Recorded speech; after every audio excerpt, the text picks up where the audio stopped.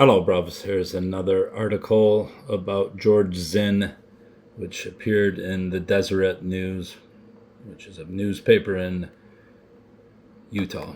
Since there's a digital copy of it on the Deseret News, Deseret.com, I will read it from there since it's way easier to read, minus this stupid ad. Election Rich with Irony by George. And by George, they mean George Zinn.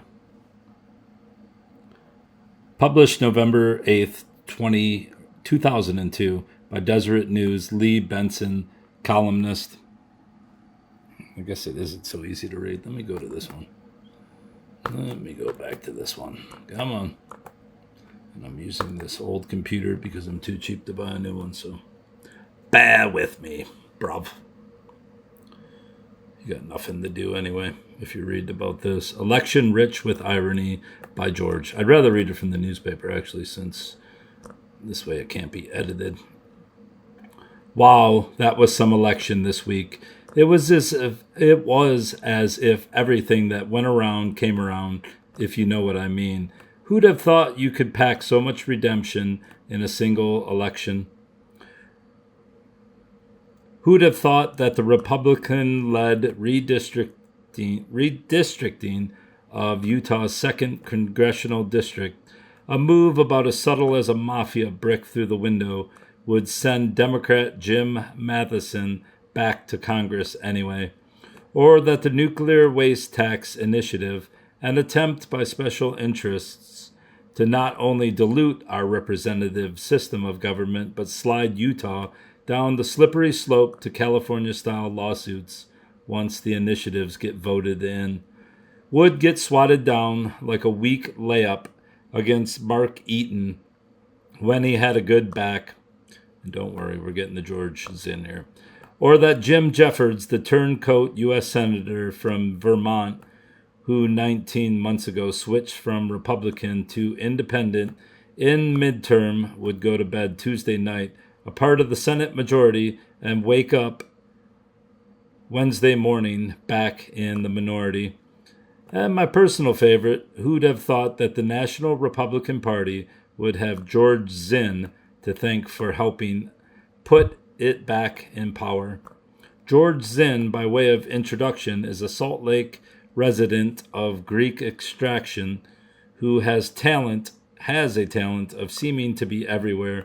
He himself says he's the Zelig of Salt Lake, after the Woody Allen cinema character who is ever present, and few would care to argue. Musical concerts, sporting events, political lectures, supermarket grand openings, parades, you name it, George is there. He hasn't missed the Sundance Film Festival since it started. George's special love is politics, and he has been known to travel great distances for political conventions, rallies, and campaigns, which is what took him to Minnesota a month ago to work on the campaign of U.S. Senate Republican hopeful Norm Coleman. The National Republican Party had targeted Coleman's challenge of incumbent Democrat Paul Wellstone as the keystone race in the GOP's quest to regain the Senate majority. Hearing this, George packed his bag and was off to Minnesota, volunteering to pound signs in lawns, hang up banners, and stand on the corner with a vote for Norm sign while whistling Yankee Doodle if they wanted him to. I got a postcard from George while he was back there. He was campaigning at the Mall of America, the largest mall in the country, that sits in the Minneapolis suburbs. Hello from the M of A, wrote George. This place is so big that it has its own plane schedule. So big that I was only 30 years old and had hair when I started.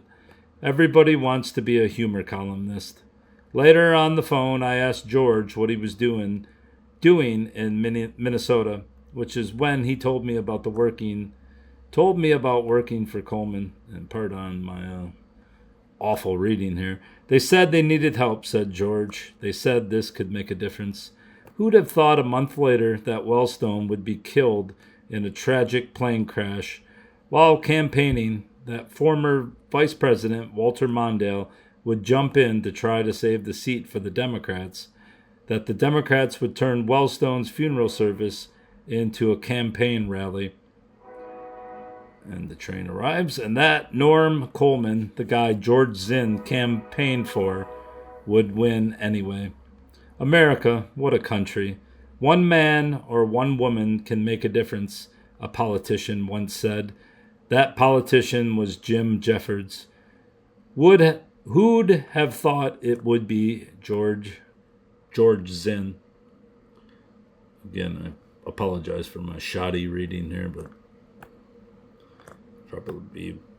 probably have been researching way too much. And I need to stop and do some reading, actual reading. All right, that's all. And I will link this in the description so you can access it yourself.